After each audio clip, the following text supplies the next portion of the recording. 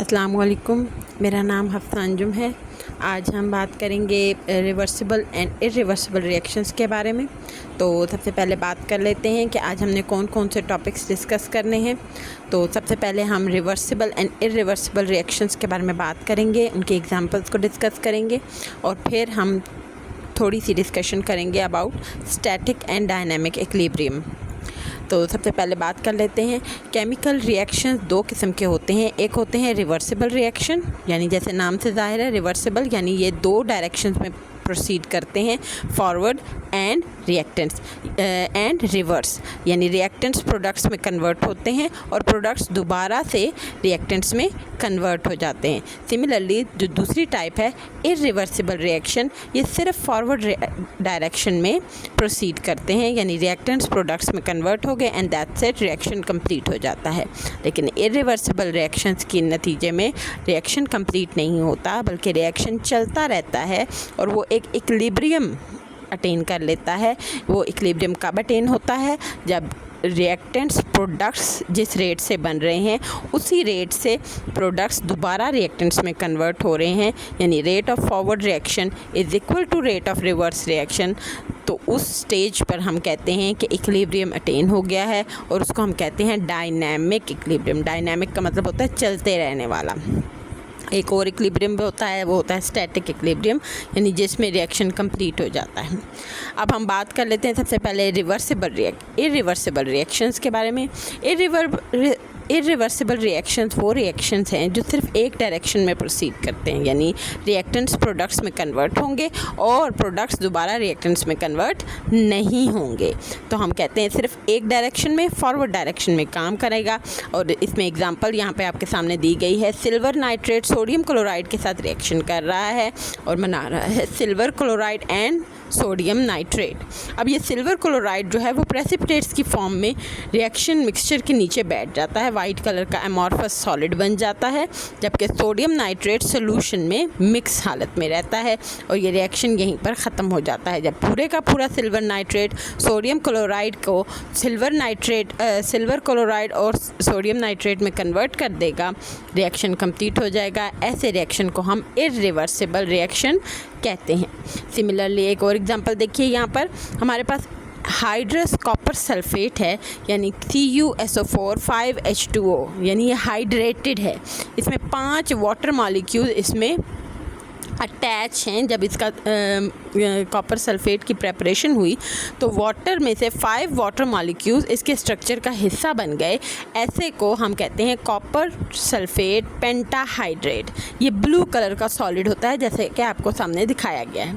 जब हम इसको हीट करते हैं तो इसमें से ये जो वाटर मॉलिक्यूल हैं ये इवेपोरेट हो जाएंगे।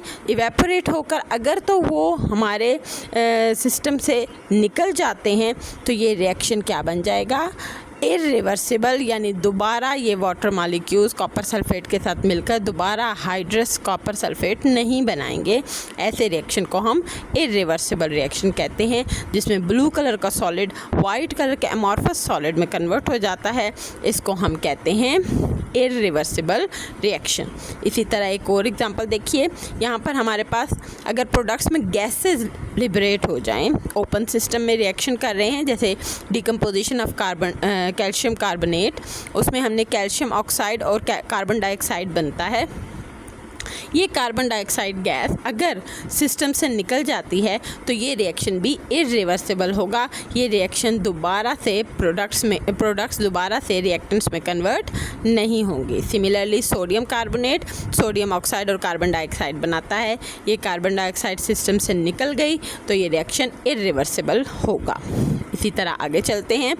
हम कहते हैं कि अब इरिवर्सिबल रिएक्शन के लिए दो चीज़ें हैं। एक, ये रिएक्शन सिर्फ और सिर्फ फॉरवर्ड डायरेक्शन में प्रोसीड करता है, यानी ये वापस प्रोडक्ट्स को रिएक्टेंट्स में कन्वर्ट नहीं करता। सिमिलरली ये रिएक्शंस ओपन कंटेनर्स में किया जाता है, जैसे कि अगर गैस बनेगी तो गैस लिबरेट हो जाएगी, हमारा प्रोडक्ट्स दोबारा रिएक्टेंट्स में कन्वर्ट नहीं होगा, तो रिएक्शन क्या हो जाएगा?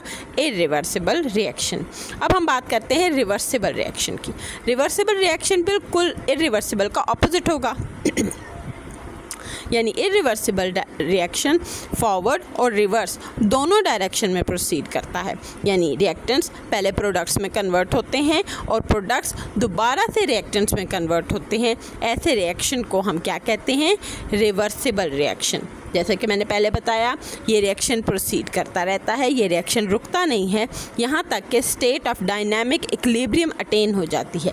जब रेट ऑफ फॉरवर्ड रिएक्शन यानी reactants into products conversion reaction जो होता है वो रेट ऑफ रिवर्स रिएक्शन यानी reaction of products into reactants, वो दोनों आपस में रेट इक्वल हो जाते हैं, तो उसको हम कहते हैं डायनामिक इक्विलिब्रियम। ऐसे रिएक्शन को हम डबल एरो से शो करते हैं। अब इनके एग्जांपल्स देखते हैं। एग्जांपल देखिए, यहाँ पे नाइट्रोजन प्लस ऑक्सीजन दोनों गैसेस हैं और नाइट्रस ऑक्साइड बना रहे हैं। सिमिलरली नाइट्रस ऑक्साइड डिकम्पोज हो रहा है और नाइट्रोजन और ऑक्सीजन बना रहा है। ये रिएक्शन क्लोज कंटेनर में होंगे, क्योंकि अगर गैसेस हैं क्लोज कंटेनर में नहीं होगा तो ये रिएक्शन प्रोसीड ही नहीं करेगा। सिमिलरली हाइड्रोजन एंड आयोडीन मिलकर बनाते हैं हाइड्रोजन आयोडाइड और सिमिलरली हाइड्रोजन आयोडाइड डिकम्पोज होकर हाइड्रोजन और आयोडीन बनाता है।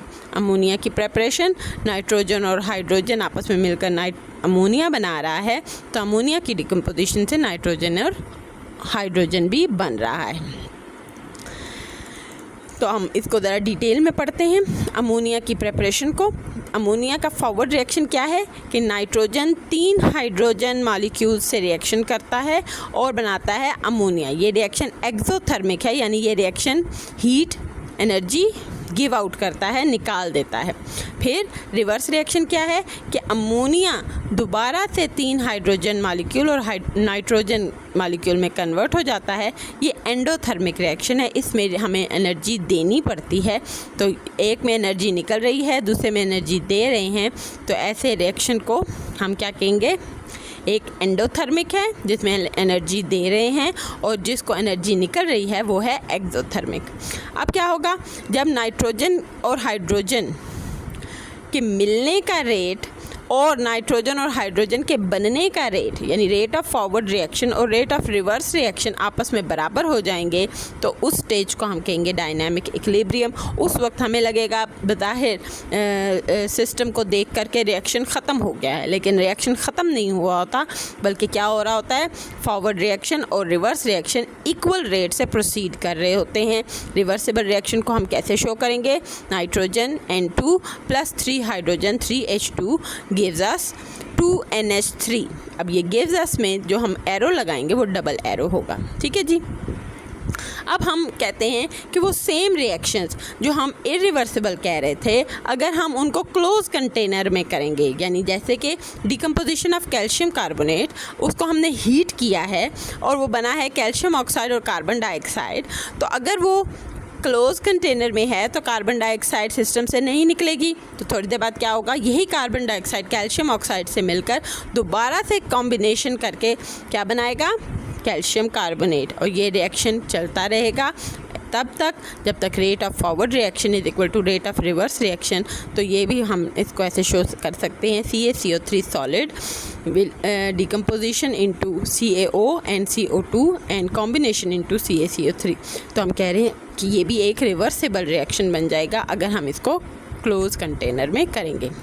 इसी तरह अगर हमारे पास हाइड्रेटेड सॉल्ट्स हैं उनको भी हम अगर क्लोज कंटेनर में हीट करते हैं, यानी वाटर मॉलिक्यूल्स सिस्टम से नहीं निकलते हैं, तो वो भी रिवर्सिबल रिएक्शंस बन जाते हैं और उनमें हम बज़ाहिर चेंज देख रहे होते हैं कि ब्लू कलर वाइट कलर में और फिर वाइट कलर दोबारा ब्लू कलर में चेंज हो रहा होता है। यानी हाइड्रेटेड कॉपर सल्फेट हीट होकर वाइट कलर का कॉपर सल्फेट बनाएगा जो कि एनहाइड्रस है, और फिर से ये एनहाइड्रस वाटर मॉलिक्यूल से मिलकर दोबारा से ब्लू कलर का सॉल्ट बनाएगा। ये हम इरिवर्सिबल रिएक्शन नहीं, रिवर्सिबल रिएक्शन की बात कर रहे हैं, क्योंकि यही रिएक्शन अगर हम क्लोज कंटेनर में करेंगे तो ये बन जाएगा रिवर्सिबल रिएक्शन। इसी तरह एक और सॉल्ट की एग्जांपल देखिए, कॉपर क्लोराइड।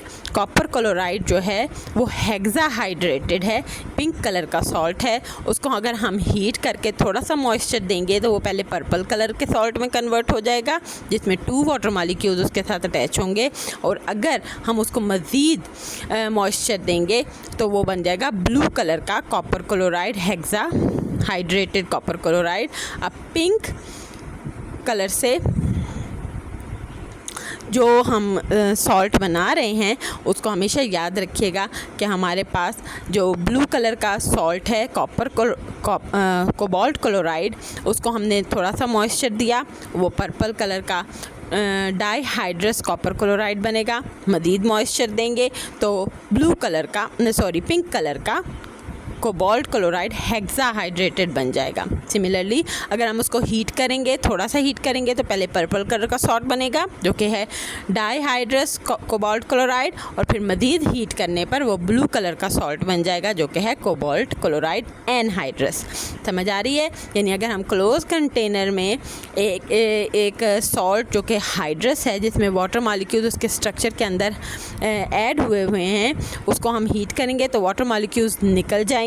वो वाटर मॉलिक्यूल्स निकलेंगे तो एक कलर्ड सॉल्ट दूसरे कलर्ड सॉल्ट में कन्वर्ट हो जाएगा, और हम कहते हैं कि ये एक डायनामिक इक्विलिब्रियम अटेन कर लेगा और एक पर्टिकुलर कलर हमें बज़ाहिर शो होगा, जिसमें हम देख रहे होंगे कि rate of forward reaction is equal to rate of reverse reaction, यानी पिंक कलर का सॉल्ट ब्लू कलर के सॉल्ट में कन्वर्ट हो रहा है और दोबारा से ब्लू कलर का सॉल्ट दोबारा से पिंक कलर के सॉल्ट में कन्वर्ट हो रहा है, और इस तरह से हमारा ये रिएक्शन चलता रहता है। अब थोड़ी सी डिफरेंस देख लेते हैं डेफिनेशन में, static equilibrium and dynamic equilibrium. Static equilibrium क्या है कि आपने रिएक्टेंट्स डाले, वो प्रोडक्ट्स में कन्वर्ट हो गए, ठीक है जी। जैसे आपने एक बिल्डिंग बनाई है, बिल्डिंग की बुनियाद रखी, उसको ऊपर स्ट्रक्चर बनाया, बिल्डिंग खड़ी हो गई है, बिल्डिंग बिल्कुल शानदार किस्म की तैयार हो गई है, दैट इज़ स्टैटिक इक्विलिब्रियम। अब आपका मज़ीद कोई रिएक्शन नहीं हो रहा है, रिएक्शन कंप्लीट हो चुका है, ठीक है, दैट इज़ स्टैटिक इक्विलिब्रियम।